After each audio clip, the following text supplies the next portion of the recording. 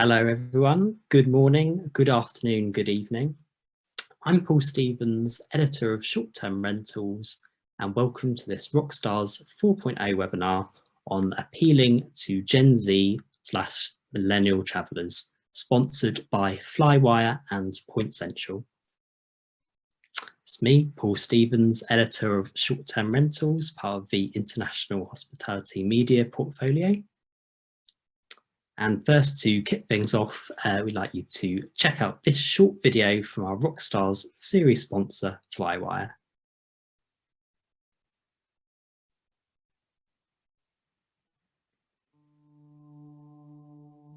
Nemo Bay is a wilderness resort remotely located in the southern part of the Great Bear Rainforest, which is just off the northern tip of Vancouver Island in British Columbia. And people that come to Nemo Bay are usually looking for adventure, for wilderness, for wildlife. Oftentimes guests leave in tears just feeling so moved by the place. What really appealed to us about Flywire originally was just their ease in payments for credit cards, because at the time our credit card payment was not easy by any stretch. People would have to go to the bank to do a bank wire transfer, or they'd have to call us with their credit card information. We'd have to write it down. There's a lot of room for error, and if someone had a trouble with a bank wire, we'd have to try to resolve it on our own. If not, we'd have to call the bank. It was just very complicated. There was nothing easy about our payment system. One of the great things about Flywire is it will automatically convert into their currency if they wish. Then they have the option of paying by credit card or by wire transfer, and it's just a click right from their living room, right from their computer, right from their phone. So it's just made the payment process so much simpler and easier for them. I've been totally blown away with how much it really transformed our payment system for both our side of things as well as our guest side of things. Within our work week, we save about 25% of our time not having to worry about payments. It really allows us to focus on our customer care and really giving us the space and time to really focus on our guest experience. I can't say enough good things about Flywire and how it's transformed our business. We've saved money with Flywire, and just working with the Flywire team has been an absolute delight. So a big thank you to Flywire for sponsoring this RockSTRz webinar series. So in terms of webinar guidelines for today, please keep your sound on mute and your camera off if you're not speaking. I'm being assisted by my colleagues Joe and Justin today. All the details you can find in the chat, so please do post any questions you have there as well, and a recording will also be sent round to everyone after today's session. So let me introduce our RockSTRz lineup for today, and we're going to start with Steve, please. Hi, I'm Steve Lowe. I'm CEO of Anglo Educational Services and the Residence Apartments. Anglo is a study abroad provider where we provide a full suite of academic support to American university students coming over to the UK, and on average we look after around 4,000 to 5,000 students a year. I'm glad to say we have a lot of American students back in the house, and definitely looking strong for spring. My background previously was I ran a backpackers hostel and then created a hotel brand aimed at a younger market. So, and I'm a geriatric millennial. My birthday is December 1980. Well, I won't call you that, Steve, but thank you very much. That's the term, I guess, but yeah. For participating in today's session. Next up, we have Jacob from Stasher. Hi, guys. Can you see and hear me okay? We certainly can. Perfect. Yeah, so I'm Jacob, founder of Stasher, and we are like Airbnb for luggage storage is the simple description. What that means is we work with shops and hotels all around the world who have storage space. We help them monetize it, provide that space to tourists and customers who are traveling, going to events, whatever they might be doing. Luggage is a familiar pain point when you travel, so Stasher is a really nice solution to that problem. Just in terms of where we are, my background, I don't really have a background other than Stasher, to be honest. Founded it at university. That's basically it. It's been a really fun journey. We started in 2015, wind forward to 2020, we'd expanded to 300 cities around the world. We just raised a round in December 2019, which was spectacularly lucky timing because we obviously had no idea what was about to befall us all. COVID was a bit of a tough year, as you can imagine. And so we slightly hibernated our way through that just to improve the tech.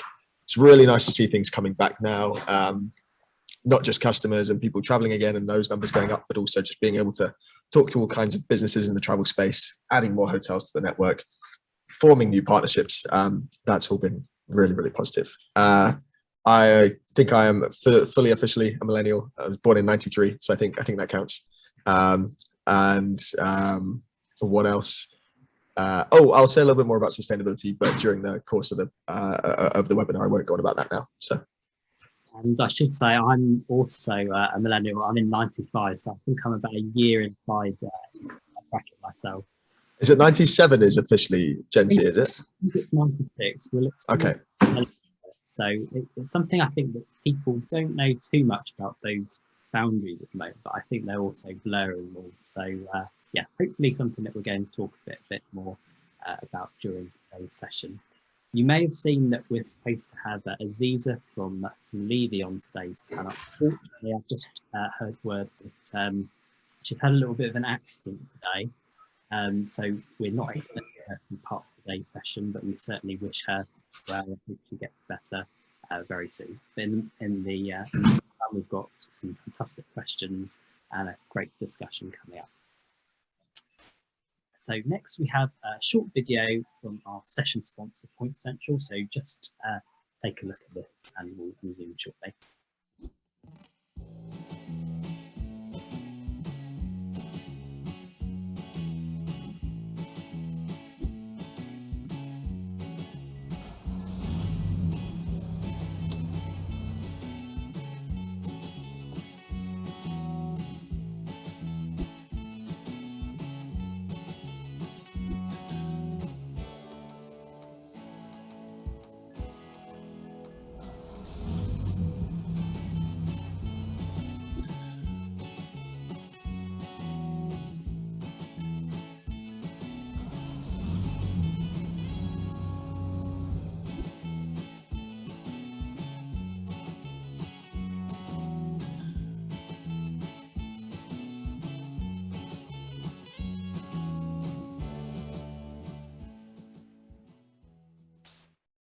So a big thank you again to Point Central for sponsoring this session as well. Very grateful for their support in these times.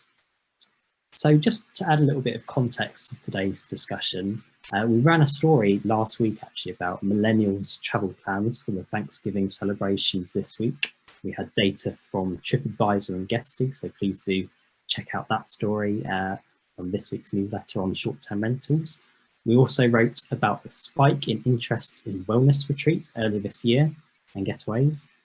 And then on the next page, two of our speaking companies today, or it was going to be two, STRZ's funding round, Jacob, that you mentioned earlier in your little intro. We can come to that a little bit later.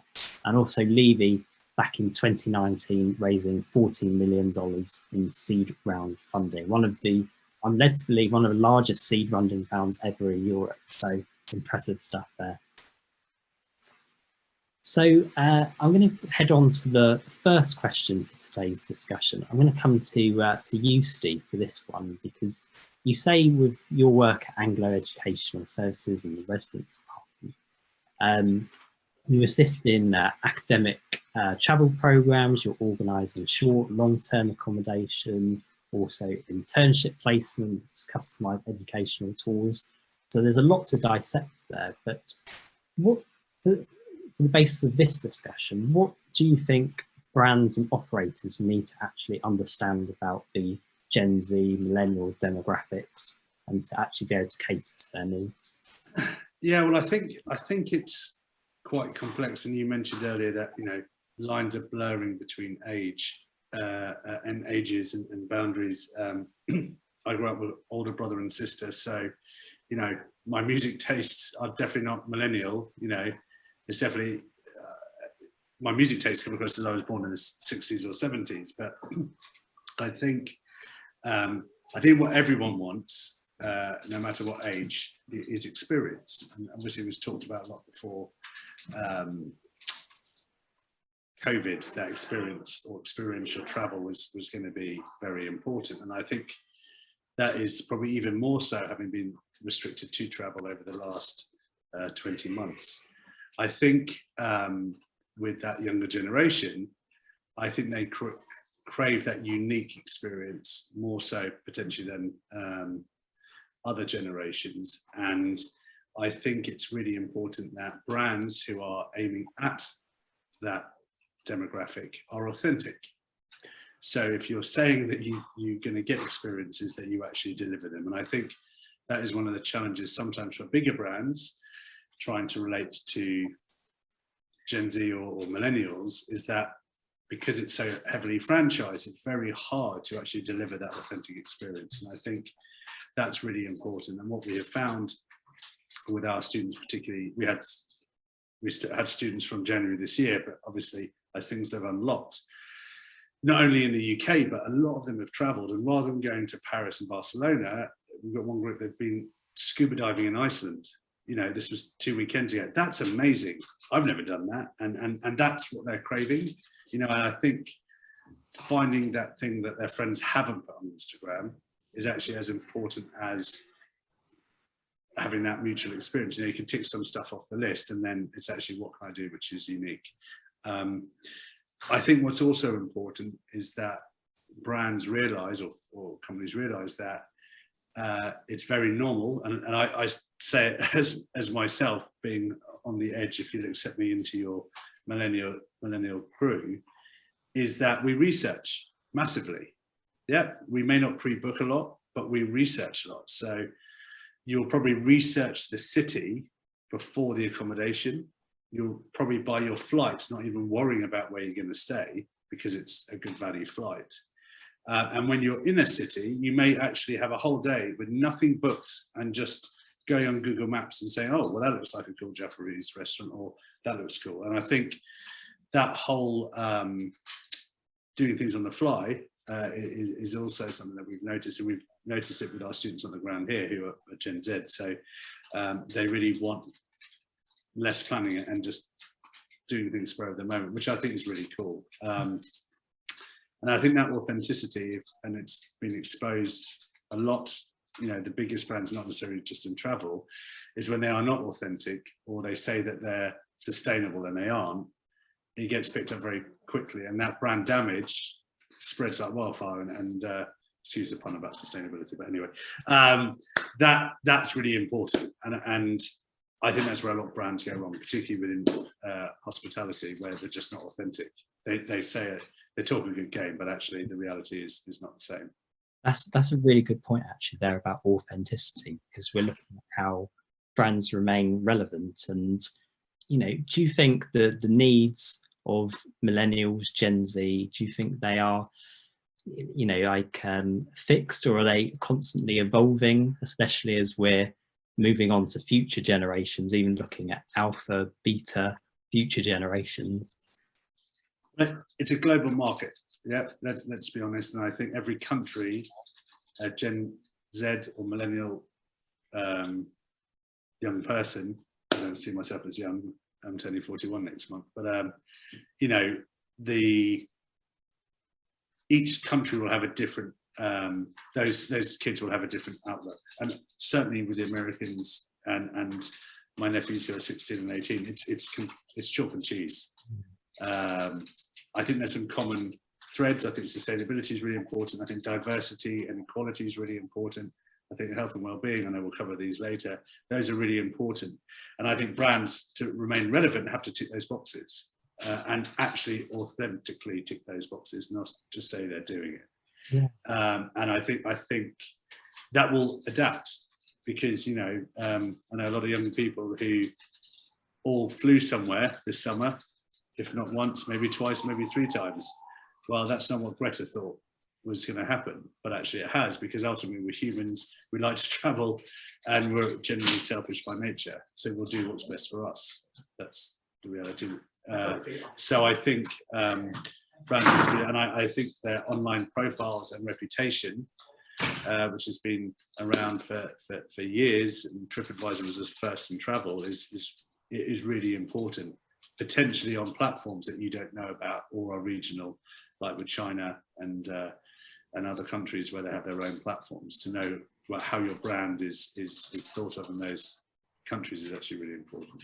Indeed, I think you thought that this idea of digital nativism as well is this new sort of living that's emerging. So brands are also going to presumably have to develop to adapt to this new phenomenon. Yeah, and I think Airbnb has, with the hotel industry, has really shaken it up, because I think if you're a digital nomad, you're going to bounce around places. You probably want to stay in an apartment over a hotel, because you have the ability to cook, ability to potentially have, you know, like the old Facebook house where you have multiple people in, you know, hacking at the same time, and space. And so I think that market is more flexible, it's more transient, it's more last minute, and people look for value as opposed to price. They really want value and experience. Thank you very much. And Jacob, we'll turn to you as well, because I know now emerging from the pandemic, and you know, doing my research about you as well. You know, as a luggage storage network, I believe you said that you operating in 1,000 locations and more than 250 cities worldwide. Yeah, it's now 1,500 and 300, which is cool. Has this perhaps changed? You know, who are the sort of people you're now looking to appeal to with your luggage storage network? Is it the same as pre-COVID, or has this evolved since? In many ways, it stayed the same. And I think what's been always a little bit interesting about our services compared to stuff that is more like branded is that we're very functional. I mean, you store your luggage because it's a need that you suddenly have. Sorry about the background noise, by the way. You store your luggage because it's a functional problem. It's a need that you have. No one ever like really sort of, I don't know, it's hard to hit people with like aspirational advertising around that. No one sort of like dreams about storing their luggage in the way that they sort of dream about planning unique experiences and going on holiday. So for us, it's always been time at the point of need. That's been the key thing we've had to hit. It's always been about finding people at the point in time when they're most likely to have this problem, anticipating it and getting the word out. And to that extent, the demographic has always been fairly agnostic. In many ways, it's always been like, you know, if you need the problem, cool, come to us, whatever age, it doesn't matter. In practice, though, we always did see it was very much that millennial and the generation above. So 25 to like 50 was actually, it's quite a broad range, but that was always the range that we tended to see the most. And I think that partly speaks to families being a core use base of our service as well. Because I guess if you're traveling in a family and you have lots of luggage, the problem becomes really much more cumbersome. And millennial travel industry, Jacob, I mean, you know, when you look at brands, how do you maybe think that what have they got to understand about our sort of demographics when it comes to figuring out adapting to our travel choices? Yeah, I mean, to be honest, I really think Steve kind of nailed this. Everything he said really resonated with the way that I personally like to travel and the friends I see travel to. The one caveat to that is I don't actually have Instagram. So that's never been sort of top of my goals. But I see that a lot with people our age. And I still, irrespective of that, I think you definitely travel with sort of experience top of mind. You look to go interesting places because you're like, oh, that would be a cool experience to have. That seems to be the thing. The element of research Steve was talking about is absolutely true as well. I think that's such a fascinating difference between the way that like I travel compared to my parents. My parents are used to the era of like going into Thomas Cook, RIP, and you know, going to travel agents and having stuff booked for them. Whereas I don't think I've ever used a travel agent. It's always been very much the case of like, you book online, well, online travel agents, right? So you'll book online, you'll do your research. And I think the other thing Steve got right as well is, it's funny, but I think the flight thing is true. You'll tend to sort of see like, there's a great deal on a flight to here. You'll figure out the details afterwards because you're like, that's a really cool opportunity. So our brand's appealing to that. It's funny because I should say more about sustainability, and I'm sure we'll come on to that. But I think personally and somewhat cynically, sustainability is like, it's kind of like it's a threshold nice to have, but I think people do still fundamentally go based on like good deals and experiences and prices, basically. Yeah, because I think on that, is there was a big wave of push in hospitality in like mid-2000s around green agenda and everything else. With Umi hotels, 2007 we had a green policy, and we had Victorian buildings. So from an environmental perspective, it was really hard to do. You know, we had special filters on the showers and whatever we could physically do at low budget we could do. What we did with sustainability was around people. So it was about giving young people opportunities, it was working with charities. And I think that doing something that makes a difference, I think is important for a brand, because ultimately we still want to travel. So the flight over, unless you're going to go on a ship like Greta, but I get seasick in a bath, so it's not going to work. That you still want to travel. So it's when you're on the ground, what can you do? You know, and I think products, services that can not tick a box for sake of ticking a box, but actually do a few bits and bobs that really help, will probably resonate, because ultimately most people traveling will realize that their flight over is going to have an impact of it on its own. And I don't know, I'd love to know how many people actually click the carbon offsetting button when they book a flight. Because like Jacob, I'm quite cynical about it. I'm not sure that many people actually do it, because it's probably more than the Ryanair flight.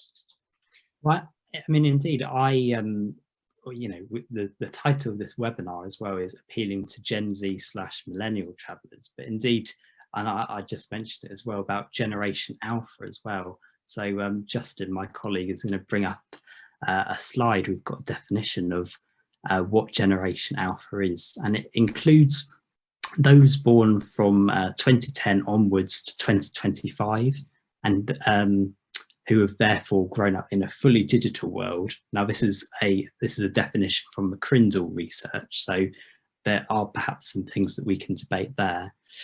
Gen Alpha, in their words, are the most materially endowed generation ever, the most technologically savvy generation ever, and they will enjoy a longer lifespan than any other generation.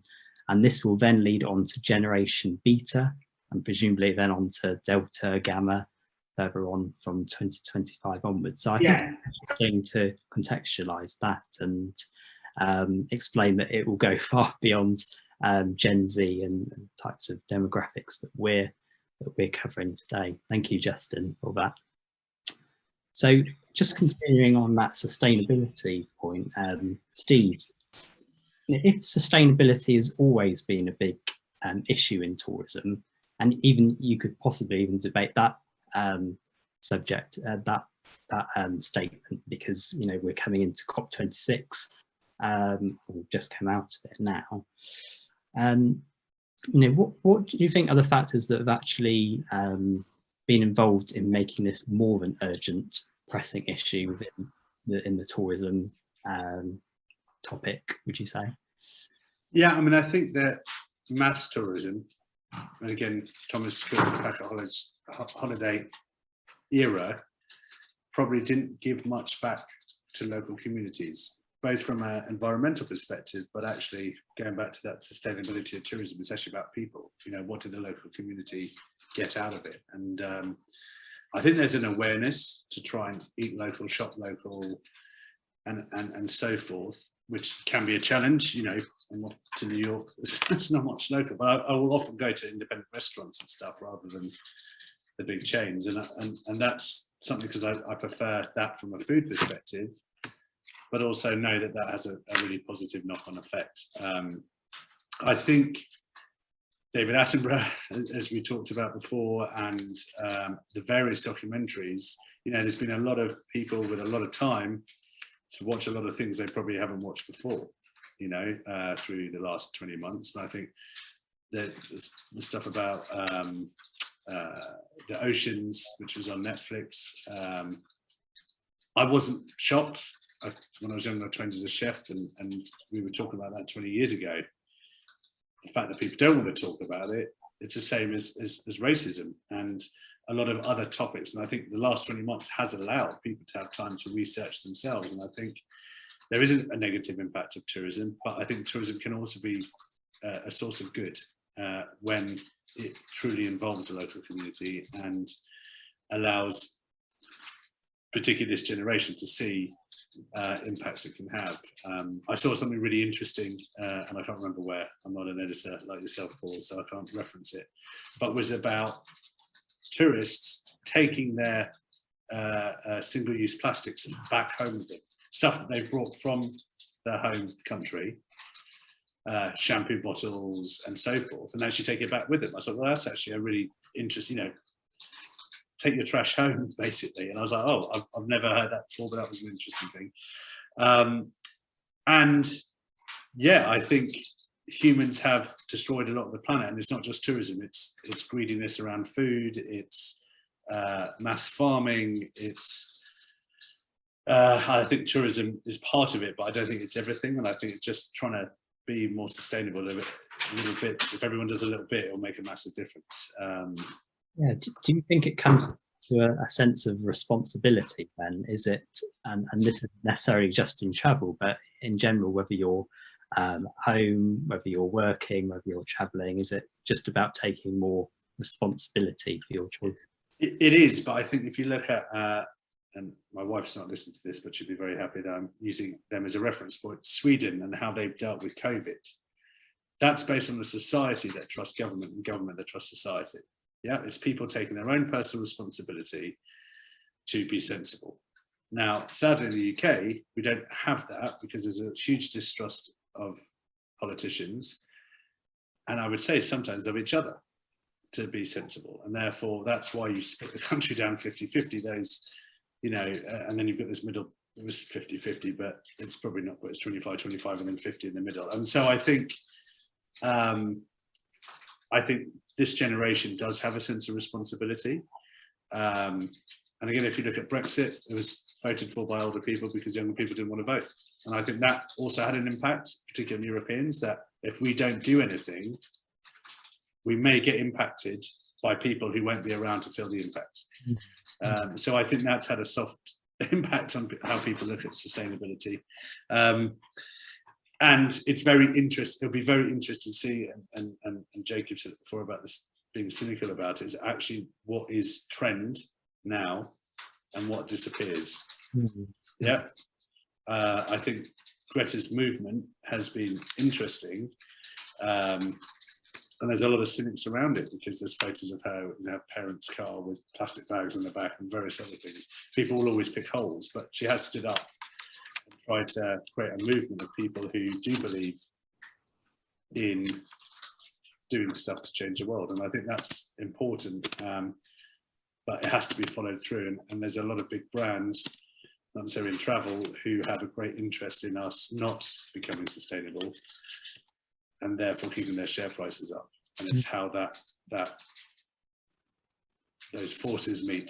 I don't know what you think, Jacob. Well, let's ask. I mean, do you think sustainability is a priority for Gen Z?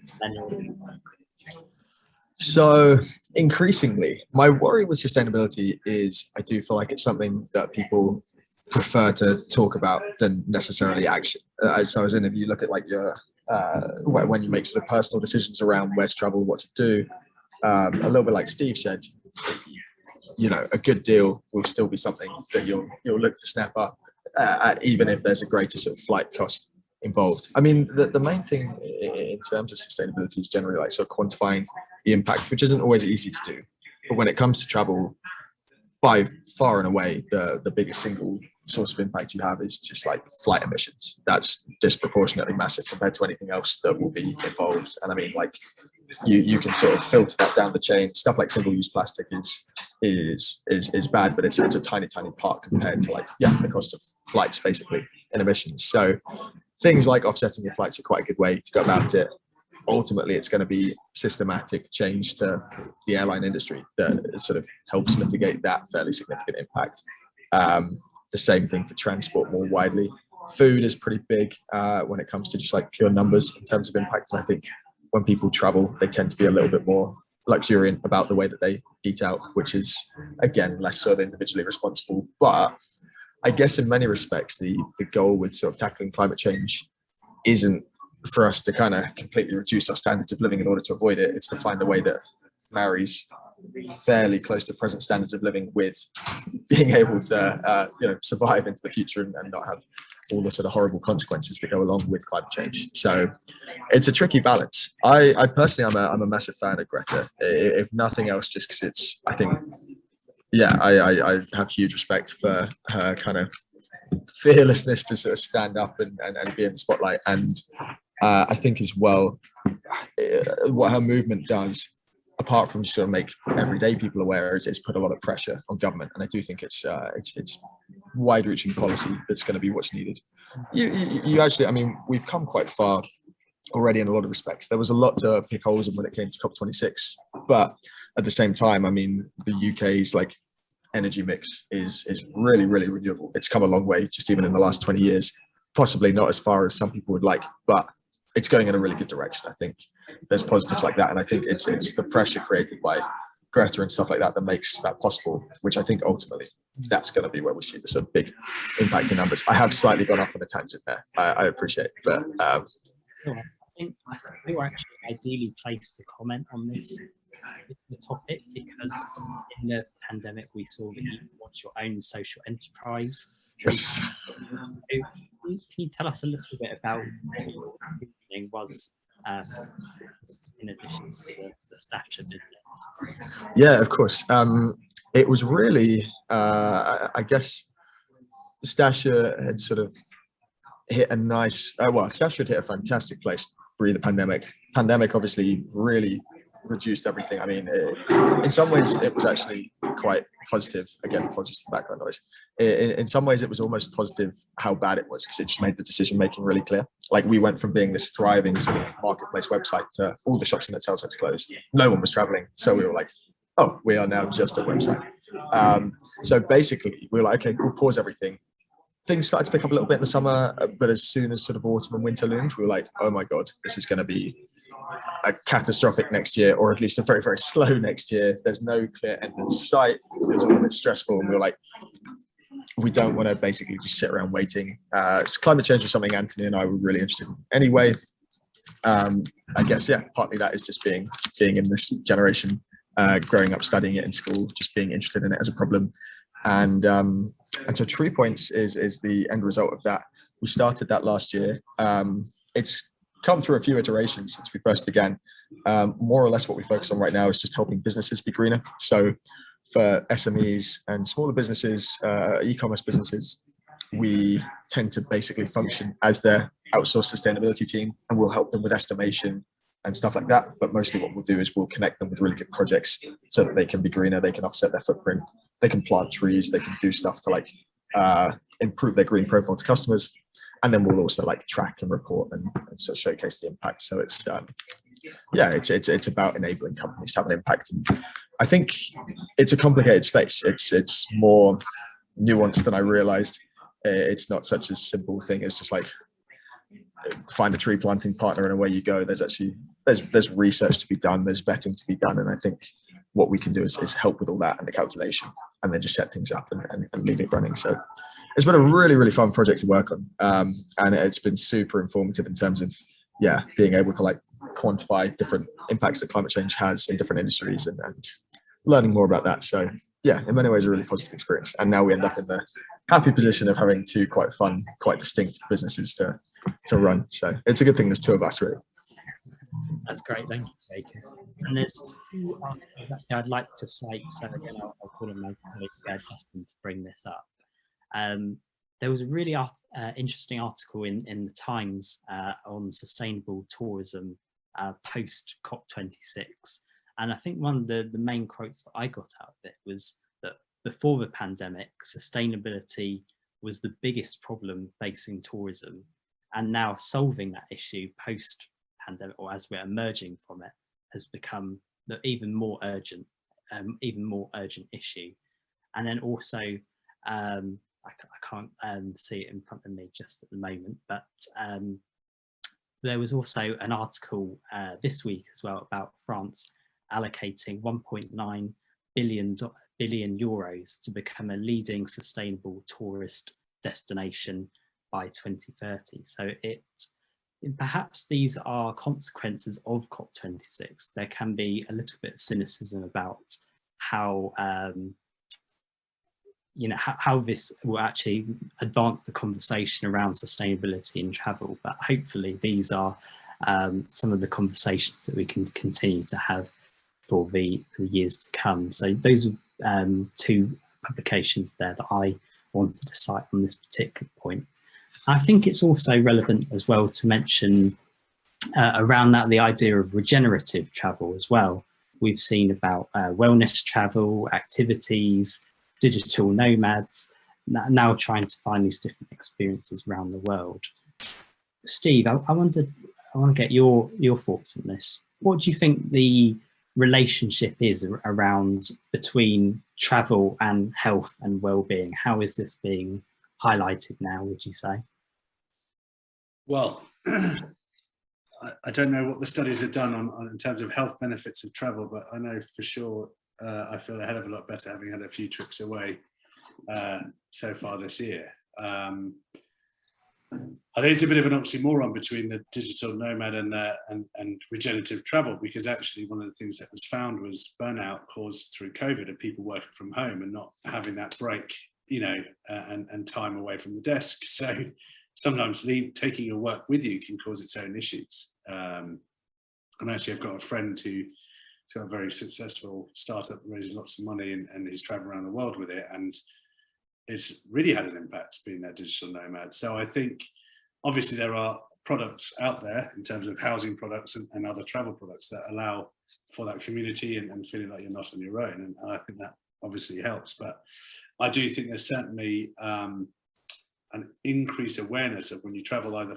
mainly probably for work, of trying to find either a run or a walk or healthy eating. I'm going to America, so that probably doesn't work. But you know, having that part of it. I actually, there's one hotel brand in the States that has Peloton bikes, and if I ever have to stay in an airport hotel, I love using it because any time of the day I can go and do a Peloton class, and it's you know, generally it adds add value to it, because I think, oh, it's wicked, at least I know I have it. And I do look when I travel for work, if they have a gym, because of jet lag, particularly in the States, I will go either for a run or I will go to the gym. So I think that's important. I think COVID has allowed people to realize about balance and potentially work-life balance, and also what I think is traveling with purpose. And I think whether it's for work or for pleasure, is making sure that that trip counts.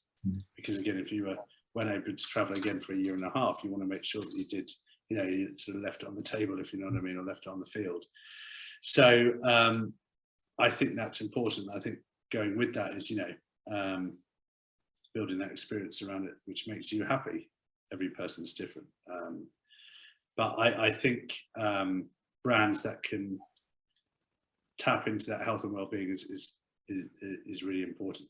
One thing that I think is also going to be an interesting thing for the hospitality sector is the health and well-being of team members, but also guests. So we all went through mental health first aid training, which was a 2-day course. It was way more intense than regular first aid, and very challenging actually to deal with.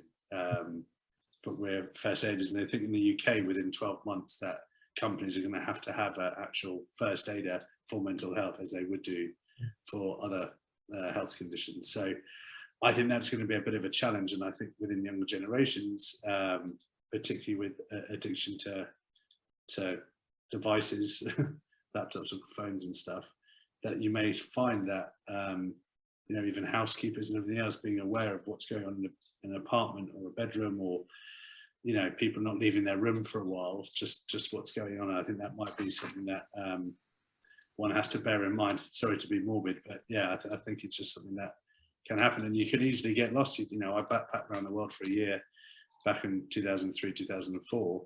There was bits of it I travelled on my own, and you could easily just get lost in you know, in Australia. It's quite easy to get lost in a country that large. And as there's more mental health issues in younger people now, that's something one has to bear in mind with this sort of nomadic lifestyle. Yeah. Do you think that regenerative travel, when we hear that word, do you associate it more with Gen Z and millennials, or is it something, because you mentioned the mental health aspect there. I guess our millennial, Gen Z generations are perhaps a little bit more honest and forthcoming about when we have troubles with that.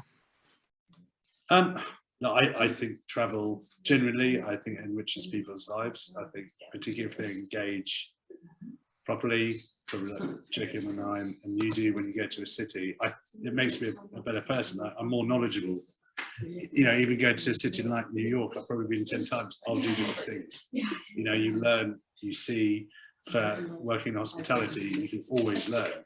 Staying in different hotels, eating in different restaurants, and I think that just enriches anyone. It regenerates you, whoever you are, whatever age you are, whether you're a baby or 2 years old or in your 80s.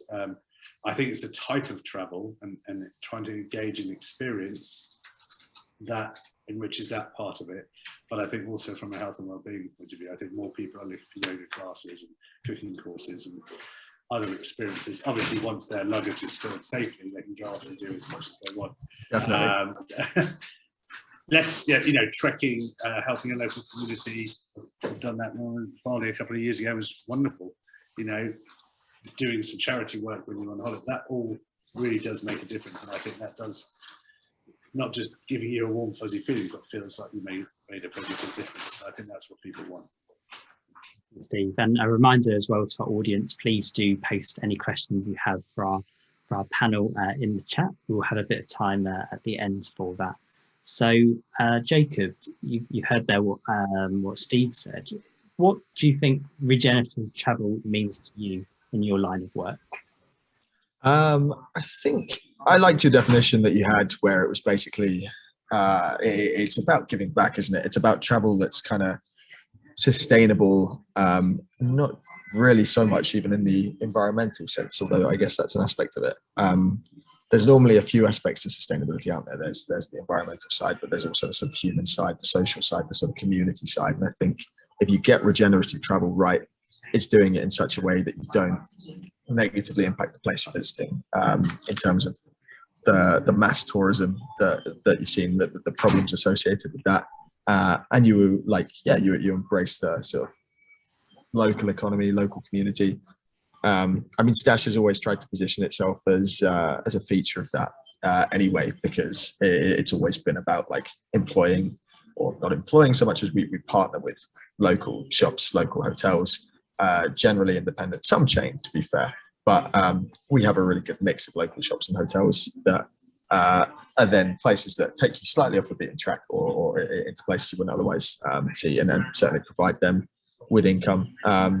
And the stories that always make me really happy when that works well with Stasher is people say, "Oh, I got a great recommendation from the newsagent for somewhere to go visit," or recommendation for lunch, something to do, tips, guides, that sort of thing. So that always feels like a small but sort of positive aspect of that.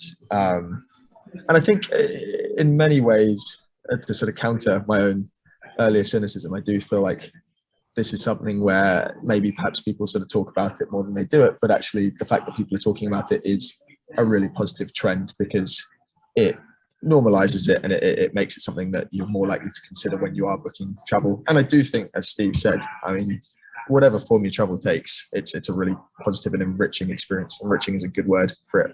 And I think if you particularly do it in a regenerative way, and it's not like you went on a sort of package holiday and stayed in a chain hotel and ate your chain food wherever. If you've actually sort of ventured and discovered new places for yourself, I think it's a hugely positive thing. Thank you. And I refer back actually, again, Justin, my colleague, is going to bring up. So back to actually, when I was doing my predictions for 2021, we do those annually, and we've got our 2022 piece coming up very soon, which will be promoting no doubt over the coming weeks. But 12 months ago, there was one of our experts from a nature tourism startup called Yonder, called Tim Southwell, who said that the year 2021 will mark the beginning of a transformative new chapter in travel.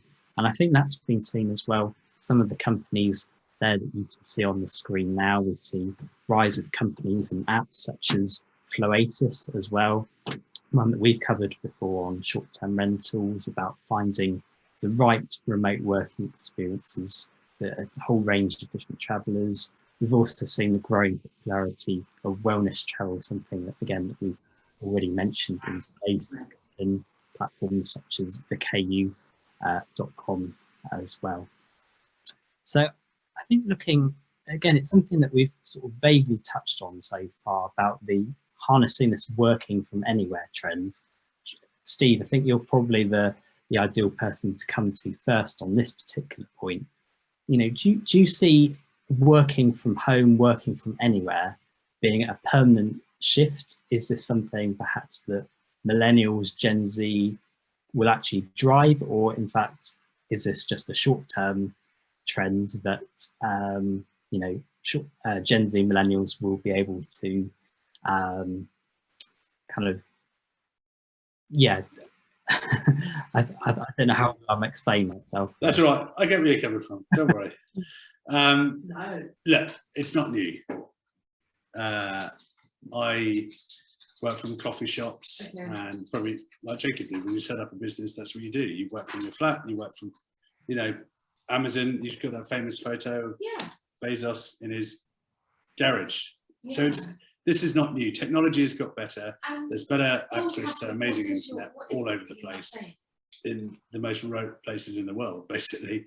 So you can do that. I think, like with most things, it's not going to be as bad as everyone thinks, and it's not going to be as good as everyone thinks. I think it's in the middle. And I think you can have a hybrid nature of working, where people may work 2 or 3 days a week in the office, rest from home, or the rest from, you know, maybe living in the countryside. There's been definitely a trend in hotels in London where people have moved out of the city but actually want to work in the city a portion of the time, and they maybe stay in hotels or service apartments for that. We have it where we have longer term guests staying in our luxury apartments. They all request desks. So it doesn't leave. A lot are younger, a lot work for big tech companies. Everyone assumes they're just going to work on a sofa. They still want a proper office setup.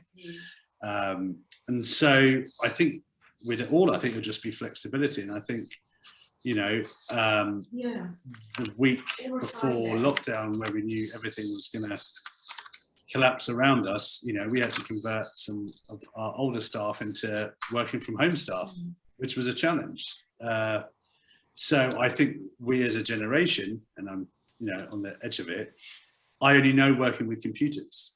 And so anyone younger than 1980, we are used to that. And so therefore we have worked from it anywhere, because the first computer you probably had, mine was a BBC Micro, which was in MS-DOS form and black and white. There was no colour. So when I got a colour screen, it was quite exciting. But most of us will know a laptop. Most of us will have a Mac or a laptop that you can work from anywhere, which is why working from home became easy. What you don't have is that human interaction that sparks innovation.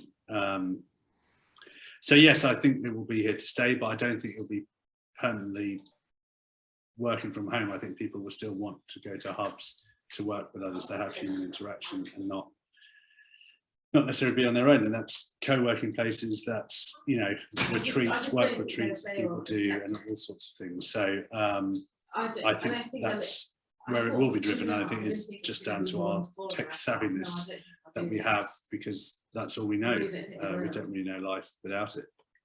And how do you maybe expect the younger generations to use or interact with the city in a different way, perhaps, to what the older generations have used it? Well, I think people are going to expect probably free data or free Wi-Fi everywhere. I think everyone's going to be hyper connected. I think from a movement perspective, electric scooters, less cars, or cars being electric, that's, you know, automation of vehicles, all of that stuff is going to come in. And it looks a bit back to the future, but actually it's probably the reality in 10 or 20 years time, if not sooner, depending on again, how much car manufacturers. And yeah, a lot of this is driven by the big blue chip companies who can control the speed of innovation. You know, Apple has 3 generations of phones ready, but they release them slowly, so we buy more because it holds up the share price. So I think that will be, again, I think we'll get more cultural hubs, which again used to be what I've noticed in London. You've got more farmers markets and butchers reopening and fishmongers reopening. You know, so obviously veggie shops, fruit and veg stalls opening again. You know, it's people want to see where their food comes from. I think people want sustainability, but they want convenience. You know, whether we're going to have drones flying everywhere delivering, unless they're solar panels, they're going to have their own issues. I mean, what's interesting with Amazon Fresh is the reversal of a pure tech company now going onto the high street. And so humans go in cycles, and maybe the high streets will become burgeoning again, but with just completely different products and services that we've seen before. 2.5. And I think another thing that would be in terms of cities is health and well-being. So I think there'll be a lot more exercise areas and cultural areas for people to actually, you know, obviously London we're blessed with loads of parks, but you know, making those parks, really keeping them green and pollution free as much as possible. Thank you. Oh, yeah. And convenience is certainly something that that RockSTRz is able to provide with your business, Jacob. So, do you see how are you seeing demand for luggage storage returning? Do you think it actually will get to those pre-COVID-19 levels? Has it already surpassed that? What are your thoughts? I really hope so. We're over halfway back to where we were, so it's on track, and I think yeah, you can see clearly every time restrictions ease, what a jump it causes in just sort of travel numbers and in demand for our service. So I think even though the way people travel has changed a little bit this year, I don't think it's sort of fundamentally changed in terms of broader demand for tourism. And obviously the world is only getting more populated, which means more potential customers in the future. I think, yeah, it'll be nice if people can sort of travel in a more balanced way. I think Stasher is quite a nice element within that kind of profile of traveller. So hopefully all good. Hopefully you'll be talking to me this time next year and I'll be saying what a great year 2022 was.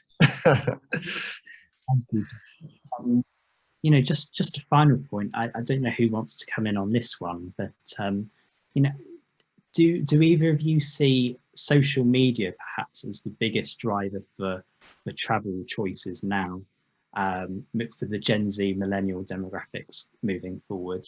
Steve, do you want to come in on that one first? I think it's very important what platform, as Jason is not on Instagram, but I do a lot of cooking and post a lot of food photos, and also a lot of other people's food photos. Oh, no, Thursday, my wife, yeah. Same with interior design, she does the same thing. Yeah, he said so I do think it's a driver, but I think very old-fashioned, but word of mouth and speaking to your mates is still really, really important. We still see that. You know, I'm going to New York, where would you recommend? Or I had a friend of mine was in New York last weekend, and she texted me saying, "Oh, you've got family in New York, where would you recommend?" And I think that's really important. It is through social media. If you call WhatsApp social media, then that's obviously important, and other messaging tools are available. But I think that whole inspiration is a big driver. I don't think it's the most important, because I think word of mouth is still very, very important. But I think it can inspire people. Same question to Jacob. Are you on the same line? Yeah, I think Steve's got that pretty much right. It's an influential factor, isn't it? It's it's a great source of inspiration, I'm sure. But I think ultimately what will drive people's decisions is just like convenience, good deals, and the opportunities that are available to them. And yeah, I guess it's kind of personal taste as well, isn't it? You know, everyone will have their own sort of equation that they're weighing up. But yeah, I think I wouldn't deny the power that has. And certainly, like Steve says, if you're including WhatsApp, then then you get the mix of word of mouth and social as well, all in one place. So. Well, thank you very much to both Jacob and Steve for your insights today. It's been a fantastic, insightful discussion today with both of you. I've just got a couple of slides that I wanted to run through quickly before we finish. We've got a really fun event coming up at the start of 2022. It's called Recharge. It's an annual event that we run here at International Hospitality Media, and it's taking place in Paris on the 24th to the 25th of January in person, where forward-thinking hospitality and real estate leaders will come together to collaborate and debate in an innovative learning environment. So we have some fantastic sponsors on board that you can see there, and tickets are available in the link in the chat. We're also excited to announce that our annual Shorties Awards for the short-term vacation rental sectors will be held in London on the 18th of May 2022. Again, we've got a fantastic array of sponsors there on the screen for you now, and we're looking forward to being back in person. So watch this space for more info on the opening date for entries, and check out the links provided in the chat. We're back for the next RockSTRz webinar at the same time next Tuesday. That's the 30th of November on where do the OTAs go next. And you can sign up for free at the link in the chat as well. For sponsorship opportunities, please do get in touch with my colleague Katie. All of her details are on the screen for you now. A big thank you again to Flywire for sponsoring our RockSTRz series and to Point Central for sponsoring this session. And we're just going to keep the session open for another 2 minutes as well, so you can jot down any details that you might have missed. That's going to be in the chat. And if you'd like to connect with our speakers there. So feel free to contact us via our various channels that you can see on screen now. All that's left to say is thank you again for listening. To our speakers, thank you, and we'll see you very soon. Thank you.